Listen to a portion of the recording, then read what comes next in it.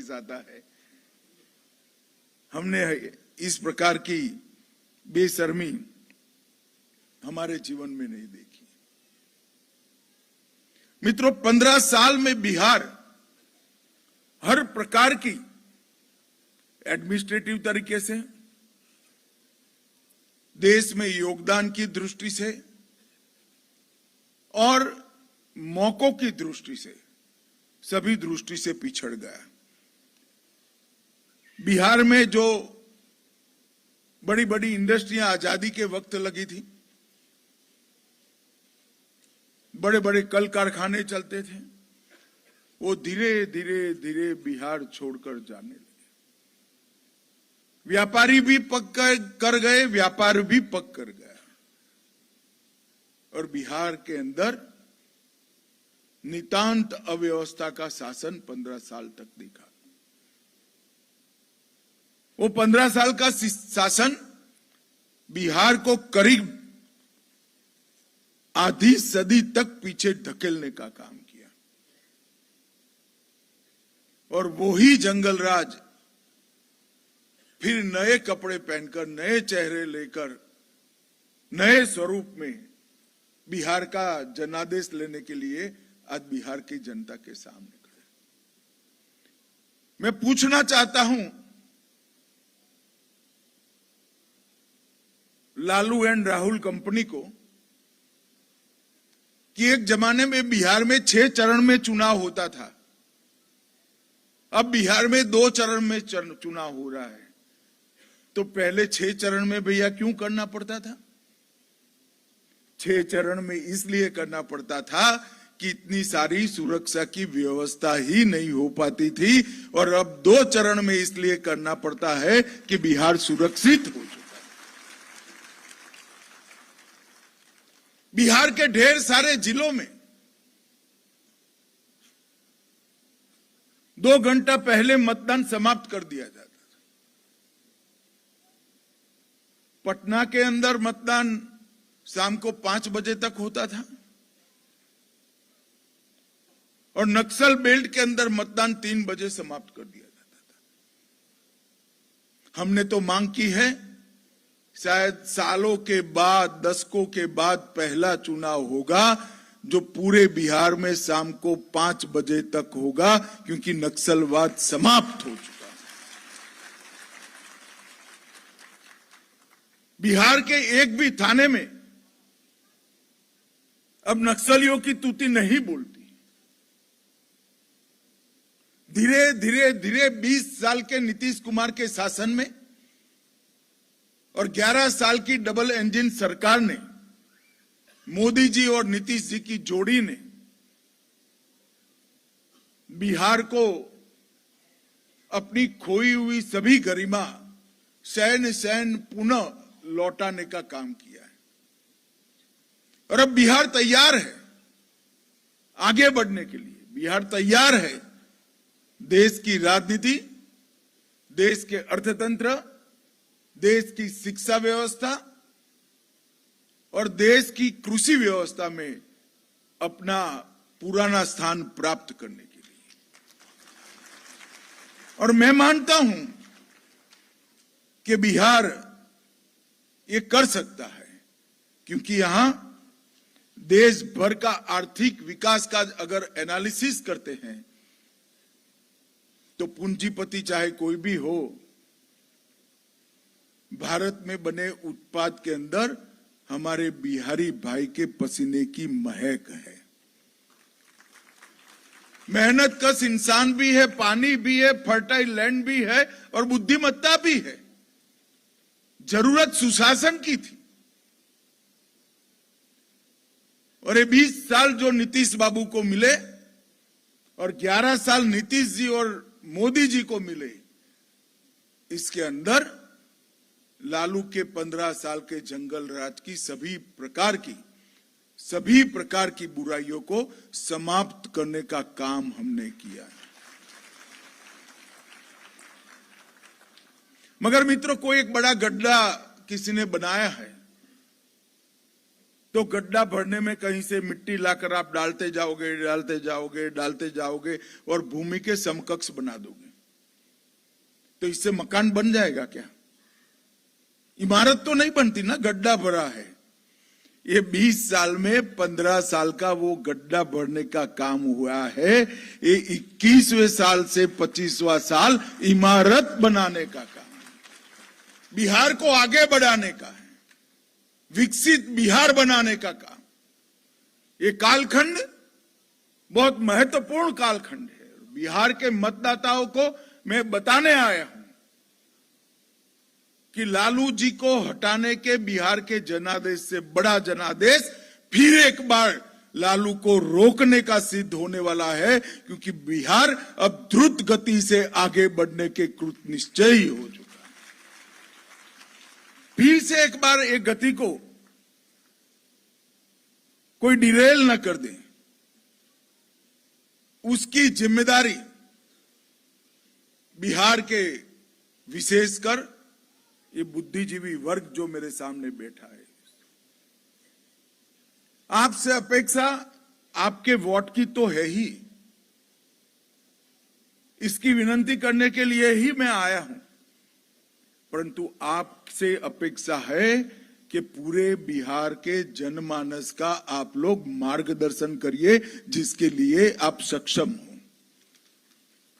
बिहार के युवाओं को, बिहार की माताओं बहनों को, बिहार की जनताओं को जनमत गढ़ने में मदद करना, ये आपकी भूमिका हो सकती है। बिहार 1.0 में नीतीश जी ने सुशासन की नींव रखी, इसलिए उनको सुशासन बाबू कहा गया। इन्होंने 3 बड़ी व्यवस्थाएं बिहार 1.0 में करी। जंगल राज से बिहार को मुक्ति दिलाई, कानून और व्यवस्था की बहाली करी, उन्होंने भ्रष्टाचारी शासन से बिहार को मुक्ति दिलाया, और उन्होंने 50% महिला आरक्षण भी दिया। ये बिहार 1.0 जो 20 साल के पहले 10 साल थे, इसमें काम पूरा हुआ। और बिहार 2.0 जब मोदी जी और नीतीश जी की सरकार आई, डबल इंजन सरकार आई, बिहार में बड़े बड़े इंफ्रास्ट्रक्चर के प्रोजेक्ट लगाए गए। गंगा जी पर जितने पुल बन रहे हैं, मैं नहीं मानता कि 11 साल पहले किसी ने इसकी कल्पना की। बिहार आज बिजली कटौती बिहार में कोई ढूंढ नहीं सकता। मैंने खुद बिहार में दौरा किया है मेरी युवावस्था में। गांव के अंदर एक छोटा सा जनरेटर शब्द तो ठीक नहीं है, क्या कहते हैं इसको, इन्वर्टर कहते हैं, क्या कहते हैं,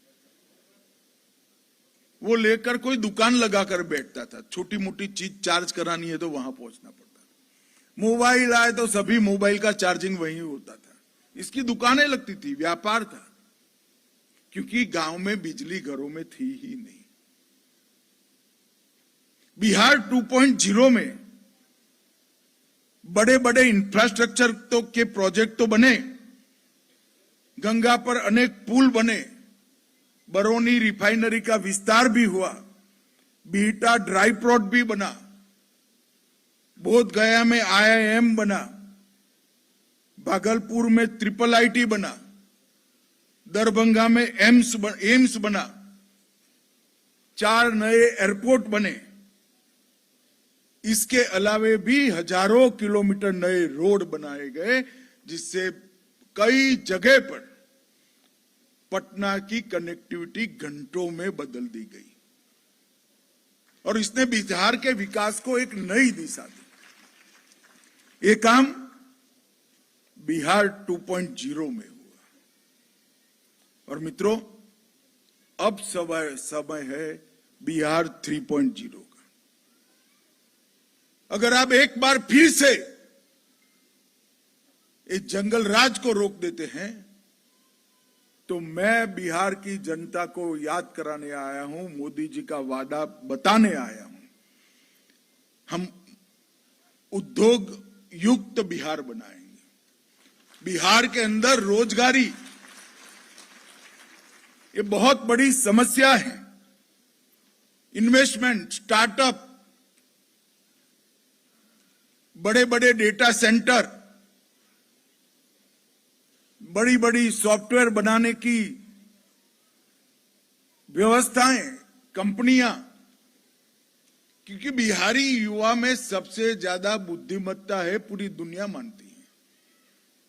भूमि शायद थोड़ी कम होगी, तो ऐसा निवेश लाना चाहिए जिसमें भूमि की जरूरत कम हो, अकल की जरूरत ज्यादा हो। अब मुझे बताइए, काम लालू जी कर सकते हैं क्या? जरा जोर से बोलो, कर सकते हैं क्या? लालू जी तो नहीं कर सकते, राहुल जी कर सकते हैं क्या? केवल और केवल एक काम नरेंद्र मोदी जी कर सकते हैं, और कोई नहीं। क्योंकि ये विजन, ये दृष्टि केवल नरेंद्र मोदी जी के पास है, जो बिहार को आगे बढ़ाएगी। हम बिहार को रोजगार युक्त भी बनाएंगे, उद्योग युक्त बनाने के साथ साथ रोजगार युक्त भी बनाएंगे। बिहारी युवा को स्किल से लैस कर यहीं पर उसको रोजगारी मिले, इस प्रकार की व्यवस्था करेंगे। ये नालंदा की भूमि, तक्षशिला यहीं से चलाया गया। बिहार में गुणवत्ता युक्त शिक्षा जो सीधी रोजगारी से जुड़ी हो, गुणवत्ता युक्त शिक्षा बिहार 3.0 का हमारा लक्ष्य है। एआई सक्षम बिहार, आर्टिफिशियल इंटेलिजेंस में यहां के अभ्यासक्रमों को और उपलब्ध सीटों की संख्या को कन्वर्ट कर युवाओं को एआई सक्षम बनाकर एआई के माध्यम से बिहार को आगे बढ़ाने का काम एनडीए सरकार करेगी। डाटा सेंटर बिहार में लाने का काम करेंगे, और इस सब के साथ साथ हम बिहार की विरासत को भी पुनर्स्थापना करने का काम एनडीए की सरकार। मोदी जी ने नालंदा को पुनर्जीवित किया है।